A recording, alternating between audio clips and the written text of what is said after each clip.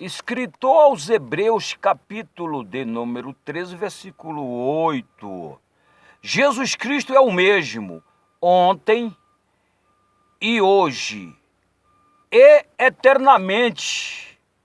Eu quero dar um tema para esta pequena reflexão, que é o seguinte: 3 princípios essenciais para a geração de milagres sobre as nossas vidas.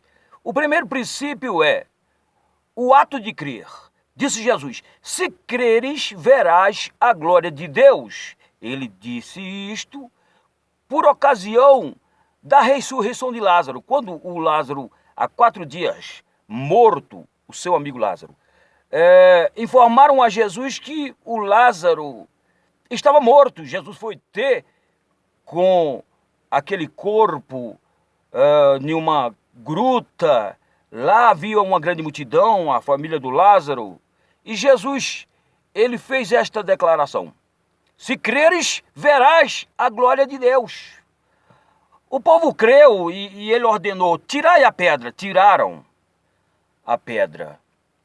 O povo tirou a pedra. Tirando a pedra, Jesus então deu uma ordem: Lázaro, vem para fora. E aconteceu um milagre. Jesus ressuscitou Lázaro. Nós vemos em toda a Bíblia exemplos de homens e mulheres que creram em Deus e viram o resultado da sua fé em Deus e na sua palavra. Isto é, milagres, maravilhas, sinais. E Jesus Cristo é o mesmo. Ele continua fazendo isto sobre aqueles que creem. Certa ocasião, Jesus ele estava indo até a casa de um homem chamado Lázaro, Jairo, para curar sua filha, que, de acordo com a informação, já estava prestes a morrer. E no caminho, Jesus foi surpreendido por uma mulher que se encontrava enferma, a mulher do fluxo de sangue. E ela, tocando em Jesus, ela recebeu também a sua cura. Mas antes, a Bíblia diz que ela tivera gastado todo o seu dinheiro com os médicos, há 12 anos sofrendo aquela hemorragia, mas ela ouviu falar de Jesus e dizia consigo mesmo: se eu tão somente tocar na orla do seu vestido, eu ficarei curada. Por quê? Porque quando ela ouviu falar de Jesus, a Bíblia diz que a fé vem pelo ouvir e o ouvir da palavra de Cristo. A palavra gerou fé nela, ela foi e recebeu sua vitória. Após aquele milagre, Jesus caminhou na direção da casa de Jairo. E de repente alguém chegou até Jairo e disse: Jairo, não incomodes mais o mestre, porque a tua filha não vive, ela já morreu. Jesus, olhando aquela situação, ouvindo aquela má notícia, ele disse para o Jairo, sem importar para aquela notícia: Jairo, não temas, crê somente. E dali eles foram até a casa do Jairo e ressuscitou a sua filha. É isso que acontece quando nós cremos. Milagres. Este primeiro princípio é essencial, o ato de crer. Para finalizar esse princípio, Daniel, lá em 6 versículos de número 22 e 23, a Bíblia diz que Daniel foi poupado da destruição dos leões, ainda que tenha sido julgado lá na cova dos leões famintos, porque ele crera no seu Deus. Quando nós cremos, Deus ele se responsabiliza pelo nosso milagre, pela nossa vitória, porque ao contrário daqueles que não têm fé, não podem agradar a Deus, Hebreus 12, versículo 6, Hebreus 11, sem fé é impossível agradar a Deus, porque é necessário que aquele que se aproxima dele creia que ele existe e é galardoador dos que o buscam.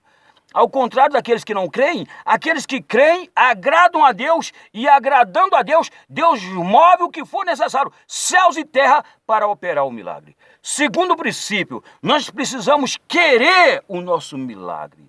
O princípio do querer o milagre. Eu posso ver isso lá em Mateus 8, versículo 2 e 3. Jesus estava descendo do monte, onde estava pregando o famoso sermão da montanha, chamado também de sermão das bem-aventuranças. Ali em Mateus, capítulo 5, 6 e 7, 3 capítulos para compreender o sermão do monte. No capítulo 8, ao final, quando Jesus desce do monte, vem um leproso até ele, prostra-se e o adora, dizendo: Senhor, se tu quiseres, tu podes me limpar? Jesus disse, eu quero.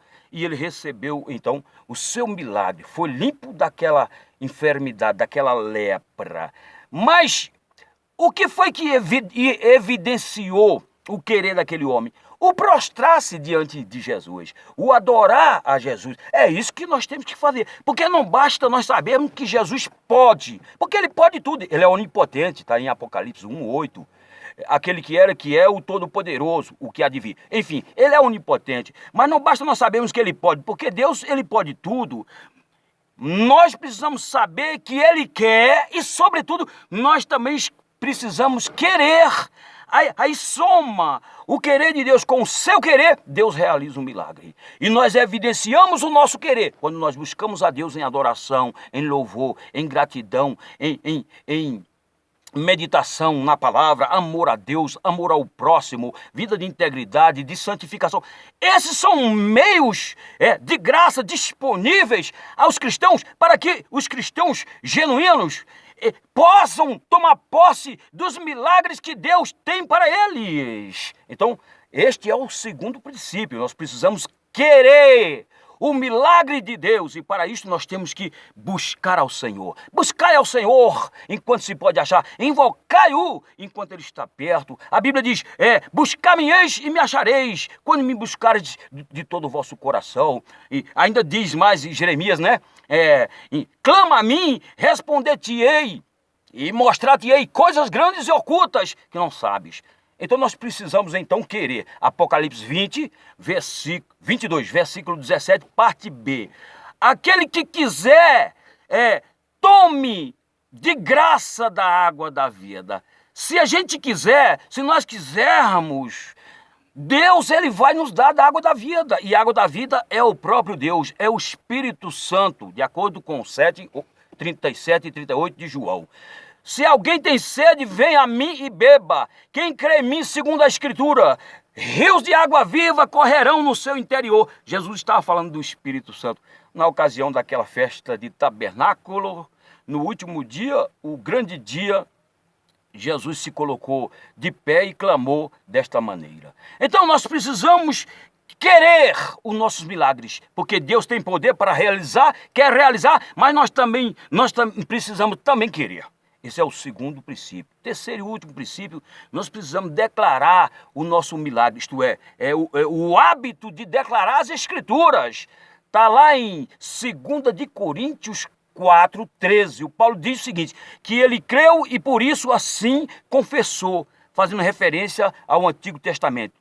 Eu criei, assim falei. Se você crê em Deus, se você crê nas Escrituras, se você crê que Deus, ele tudo pode, que Jesus Cristo é o mesmo ontem, hoje e eternamente, você então declara a tua vitória, o teu milagre. É na área da saúde? Declara, Jesus já levou as tuas enfermidades. Isaías 53, o castigo que nos trouxe a paz estava sobre ele, e pelas suas pisaduras fomos sarados. Declara a tua vitória. Nós temos que profetizar o nosso milagre, e Deus vai confirmar a vitória. Lembra lá do profeta Ezequiel? Quando Deus mostrou a ele um grande vale de ossos secos, e Deus então perguntava, esses ossos podem porventura tornar a viver? E o Ezequiel respondia, tu sabes, ó Deus. E Deus então disse, agora profetiza, Ezequiel, sobre esses vales de ossos secos, para que haja vida sobre esse vale de ossos seco. E ele começou a profetizar, foi profetizando, daqui a pouco havia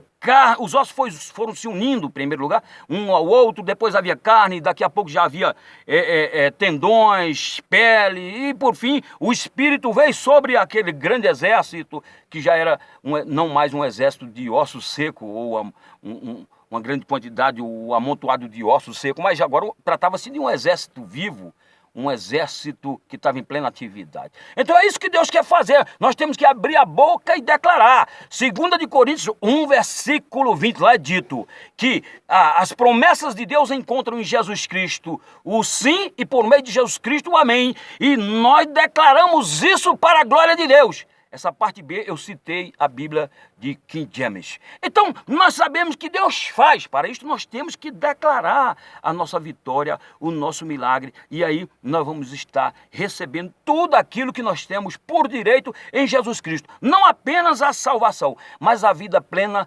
abundante e de acordo com 3 de Efésios, versículo 20, lá é dito que Deus nos concederá tudo além daquilo que pedimos ou imaginamos, segundo o poder que opera em nós. E que poder é esse? É a presença do Espírito Santo. É o Espírito Santo no governo. É o Espírito Santo nos dirigindo, nos conduzindo, nos direcionando e, sobretudo, nos presidindo.